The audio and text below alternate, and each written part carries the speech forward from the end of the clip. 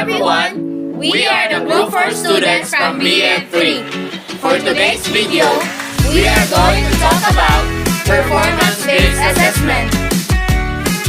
After studying this module, you should be able to Explain the concepts of performance-based assessment and its features. differentiate the two types of performance-based assessment. Explain the advantages and limitations of performance-based assessment. Describe the steps in developing performance-based assessment. Explain what is rubric and its purposes. Give and describe the different kinds of rubrics. In Assessment of Learning 1, we have learned assessment tools for knowledge and skills in cognitive domain.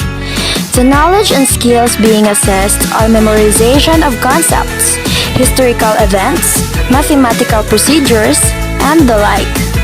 Other skills such as writing poem or essay in English class, solving mathematical problems, baking cake in TLE classes, conducting experiments in natural sciences must also be learned, which can be appropriately assessed using performance-based assessment.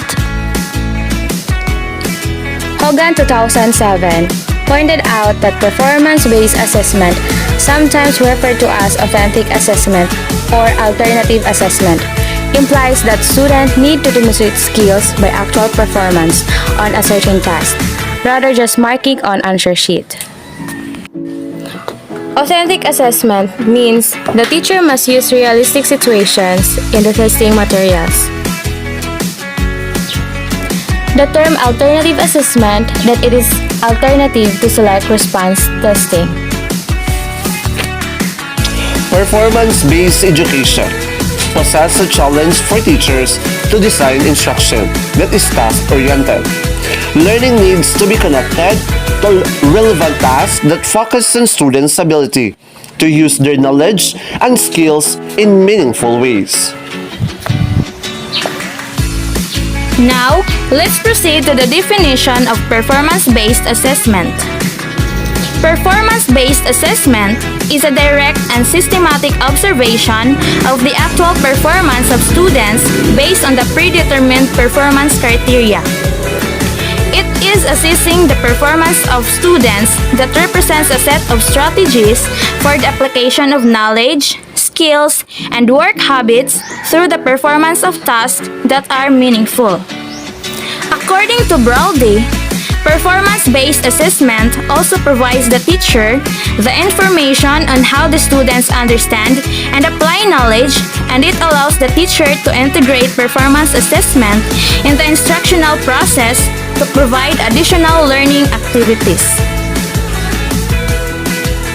From the definitions, we can say that students are required to perform a task or create an answer or product that will demonstrate mastery of knowledge and skills rather than selecting an answer from a given list of options. Now, let's go on to the features of performance-based assessment. According to Gronlund, there are features of performance-based assessment that differ from other types of assessment. They are the following. Number 1. Greater realism of the tasks. This means that the students must apply the romance-based assessment, needs longer time to assess the performance of the student knowledge and skills by demonstrating a task that shows application in a real-world situation. Number 2. Greater complexity of the tasks. The tasks are difficult to understand and analyze because they are less structured problems that encourage the students to perform with originality and thinking skills, and they may have multiple solutions. Number 3. Greater time needed for assessment. Performance-based assessment needs longer time to assess the performance of the students because of difficulty of designing the task, the comprehensive nature of the task, and the increased time needed to evaluate the results. Number 4. Greater use of judgment in scoring. The evaluator should consider the set of judging criteria associated with the performance assessment. Also, the scoring approach must be congruent to the assessment purpose. This must be taken into consideration because of the complexity of the tasks originality of the response, and in some cases, the variety of possible solutions that need a greater use of judgment in scoring. There are two types of performance-based assessment tasks, according to Granlund, Lim, and Miller 2009. Number 1. Restricted Response Performance Task. The performance task is highly structured with limited scope. The instruction of the task are more focused and the limitations are always indicated.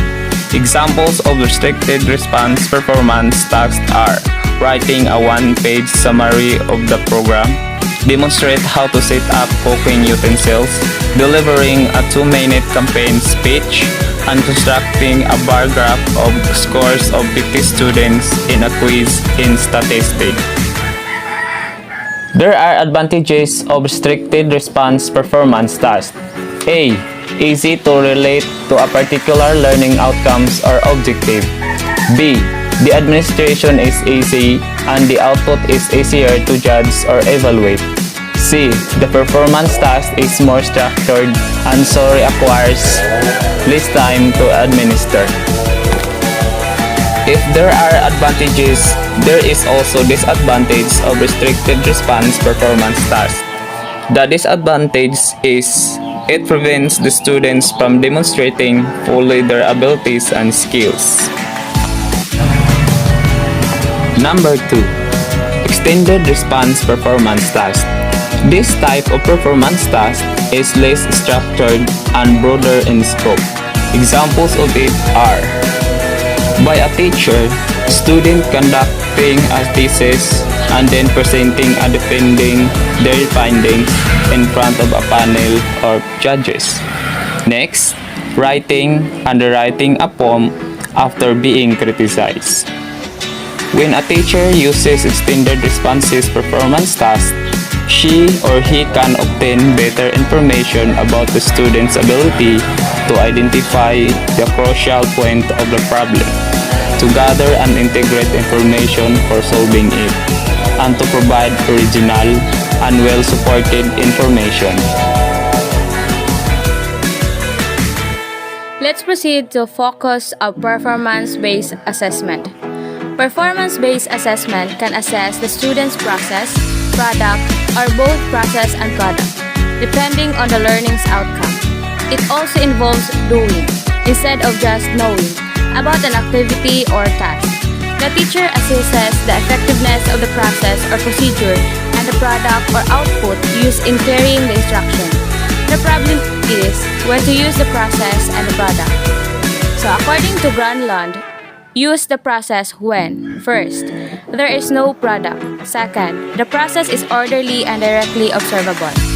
Third, correct procedures. Steps are crucial to later success. Fourth, analysis in procedural steps can help in improving the product. And fifth, learning is in the early stage.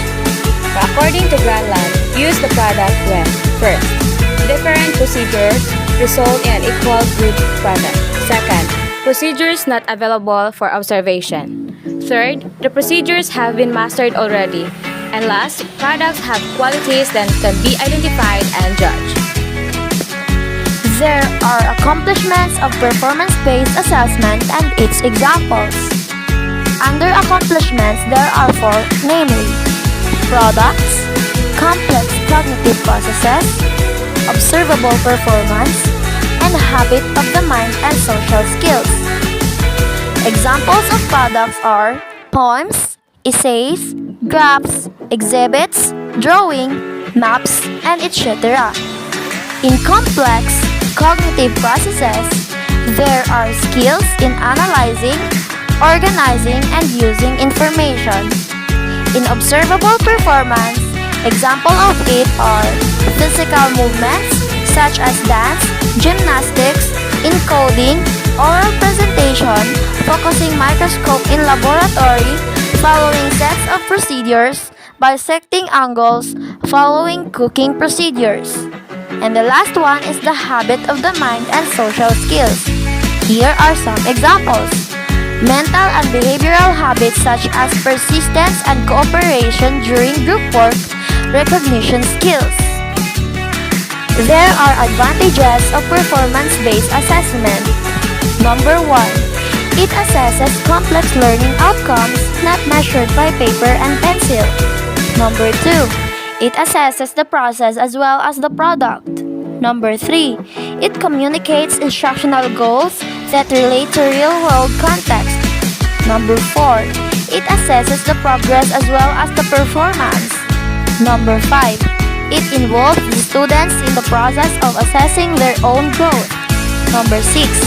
It recognizes that students can express what they know and can do in different ways. Number 7. Specific, direct, and understandable information about the students are available to parents. Number 8. It enhances the professional skills of teachers through collaboration with other teachers. Number 9. It can establish a framework for observing students that is consistent with the principles of child development. So there are 3 limitations of performance-based assessment. So the number 1 is constructing performance assessment is time-consuming. 2. Scoring is often questionable because it is not reliable, most especially if the scoring rubrics are not properly prepared. 3. It measures only a limited scope of learning objectives. So, there are 3 steps in developing performance-based assessment. The first one is define the purpose of the assessment. The purpose of the assessment will be considered in making decision in the subsequent steps of the process. The second one is determine the skills, learning outcomes, and taxonomy level. This is important in determining which learning outcomes requires performance assessment and which one is appropriate for traditional assessment. The last one is design and develop activity or performance task. Before identifying the activity or task, you should consider the time allotted for the activity, the availability of resources, and the data needed to judge the quality of the student's performance. The activity and task should be in line in the development of subject matter or learning instruction. Examples of tasks that the teacher can create may involve debates, solving mathematical problems, experiments in science class, presentation of historical events, job, and responsibility. Scoring rubric. Scoring rubric is a scoring skill used to assess students' performance along a task-specific set of criteria. Authentic assessment typically are criterion difference measured, that is a student's aptitude on a task, is determined by matching the student's performance against a set of criteria to determine the degree to which the student's performance meets the criteria for the task.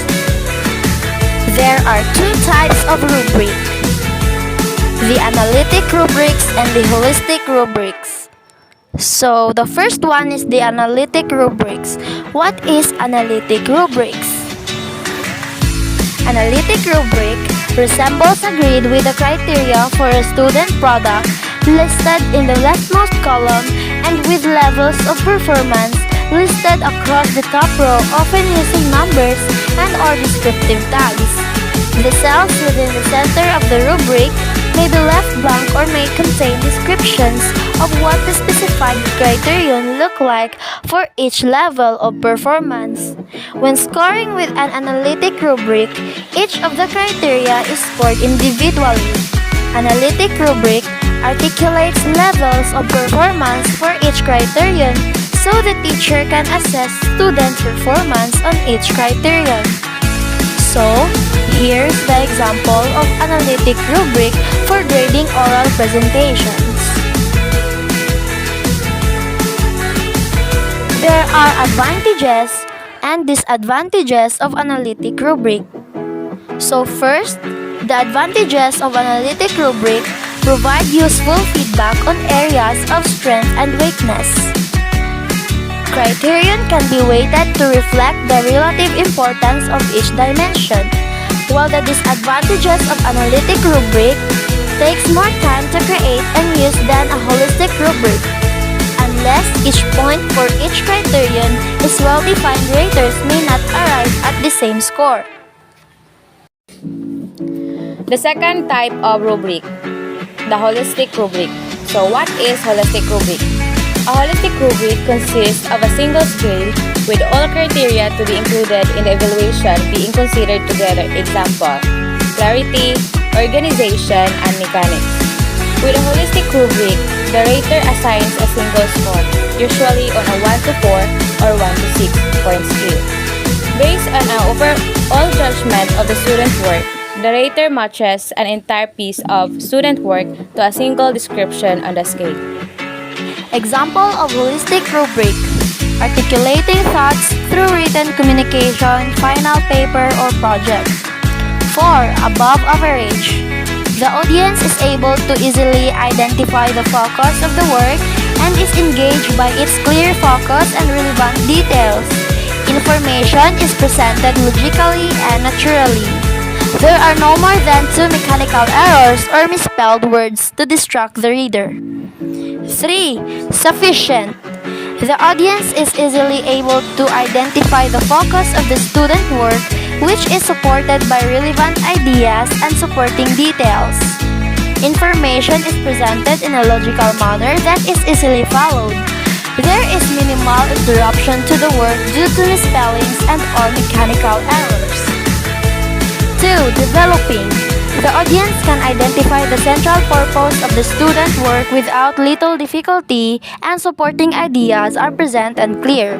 The information is presented in an orderly fashion that can be followed with little difficulty. There are some spellings and or mechanical errors, but they do not seriously distract from the work. 1. Needs improvement.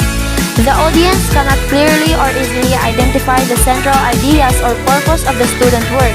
Information is presented in a disorganized fashion, causing the audience to have difficulty following the author's ideas. There are many misspellings and or mechanical errors that negatively affect the audience's ability to read the work. Advantages and disadvantages of holistic rubric. Emphasis on what the learner is able to demonstrate rather than what she cannot do. Saves time by minimizing the number of decisions rater make. Can be applied consistently by trained raters, increasing reliability. While the disadvantages of holistic rubrics does not provide specific feedback for improvement, when student work is at varying levels, spanning the criteria points, it can be difficult to select the single best description. Criteria cannot be weighted. Other kinds of rubrics. Number 1. Developmental rubric. While other types of rubrics measure assignment or project, a developmental rubric tracks a student's overall progress toward proficiency. These continuum rubrics can span one standard, one subject, or one skill. Developmental rubrics are more time-consuming for teachers than analytic rubrics, but they are the most informative type of assessment tool. Example of development rubric. Here is the example of developmental rubric. Grading rubric for participation in discussion forums, 10 points total. Discussion forums are worth 30% of course grade. Unlike the other rubrics, developmental rubrics indicate an ongoing learning process. They measure skill rather than participation and effort levels. Students will ideally start at the progressing level at the beginning of the unit or school year and will end at the proficient level. Rubrics as checklist. These basic rubric examples ensure that all parts of assignments are present. They help students keep track of each element of a project. Checklists also let teachers see whether a student fully accomplished an assignment or task, but they aren't as informative as other rubrics. Checklists are a distinct type of rubric, where there are only 2 performance levels possible. Checklists tend to be longer than other types of rubrics, since each aspect of performance you are looking for in students. Work performances essentially becomes its own criterion. When you are using a checklist, every decision is binary. For example, yes or no, present or absent, pass or fail, and etc. Most rubrics can be converted rather directly into a checklist. For example, there is a rubric for grading journal entries. Levels of performance in rubrics. Okay, there is no specific number of levels of rubrics should have. It would vary depending on the task and your needs. A rubric can have a few as 2 levels or as many as you decide is appropriate. Generally, it is better to start with a smaller number of levels of performance and then expand if necessary. Making distinction in a student performance across 2 or 3 broad categories is difficult. As the number of levels increases, judgment becomes finer and finer. That's all for today. Thank you. Member, Escomo Larabelli Benavides, Cherry Ann G. Torreses, Judy and C. Pichelin, Arnold P. Zuasola, Joseph Jr.